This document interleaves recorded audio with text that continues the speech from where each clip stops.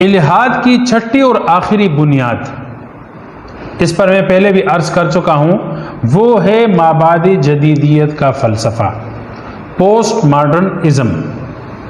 تو post modern ازم کو بعض حضرات جو ہے وہ ایک فلسفے کے طور پر نہیں مانتے، بلکہ وہ کہتے ہیں یہ ایک خیال اور فکر ہے، اس کے کوئی اصول اور ضوابط نہیں ہیں۔ مابعد جدید ذہن کیا ہے؟ مابعد جدید ذہن کہتا ہے کہ اس دنیا میں کوئی یونیورسل ٹروتھ نہیں ہے، کوئی عالمی سچائی نہیں ہے۔ دنیا کے دیکھیں جتنے بھی فلسفے تھے نا، جتنے بھی افکار تھے، جتنی بھی سوچیں تھی، جتنی بھی تحریکیں تھی، تو وہ کسی نہ کسی یونیورسل ٹروتھ پہ قائم تھی۔ صحیح، ان کے نزدیک کچھ نظریات ہوتے ہیں، کچھ افکار ہوتے ہیں، کچھ اصول ہوتے ہیں، اور ان افکار اور نظریات کے تناظر میں وہ اپنا سسٹم طے کرتے ہیں، چاہے وہ مذاہب ہو، چاہے وہ فلسفے ہو، چاہے وہ تحریکی تنویر، اس کے بھی کچھ اصول اور ضوابط تھے۔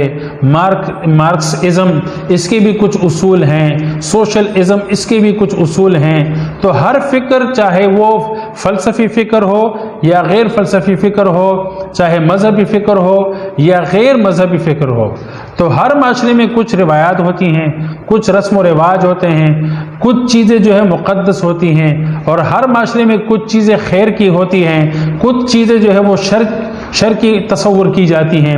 لیکن پوسٹ ماڈرنزم کہتا ہے کہ دنیا میں کوئی روایت سچائی نہیں ہے، دنیا میں کوئی بھی اصول نہیں ہے، دنیا میں کوئی رسم و رواج نہیں ہے۔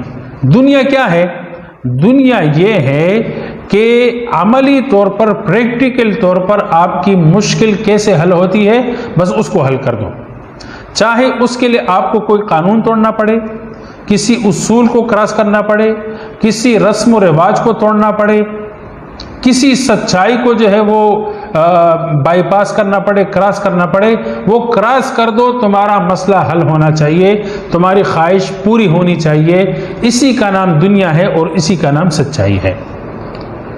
وہ کہتے ہیں کہ یہ جو فکر کی باتیں ہیں، افکار کی باتیں ہیں، فلسفوں کی باتیں ہیں، اصولوں کی باتیں ہیں، قوانین کی باتیں ہیں، یہ سب عقلی سرگرمیاں ہیں، پریکٹیکل لائف سے اس کا کوئی تعلق نہیں۔ پریکٹیکل لائف میں یہ چیزیں آپ کو کوئی فائدہ نہیں دیتی، ٹھیک ہے جی۔ اس لیے یہ جو پوسٹ ماڈرنزم ہے، یہ 21ویں صدی کے پیداوار ہے۔ اسی وجہ سے بہت سارے مفکرین کہتے ہیں کہ 21ویں صدی جو ہے یہ عدم نظریہ کا دور ہے، یہ عدم نظریہ کا دور ہے کہ یہ کوئی نظریہ نہیں ہے، کوئی اصول نہیں، کوئی قانون نہیں۔ لیکن اگر دراصل دیکھا جائے کہ عدم نظریہ یہ بھی ایک نظریہ ہے، کہ بھئی کوئی نظریہ کچھ بھی نہیں تو یہ بھی ایک نظریہ ہوا نا۔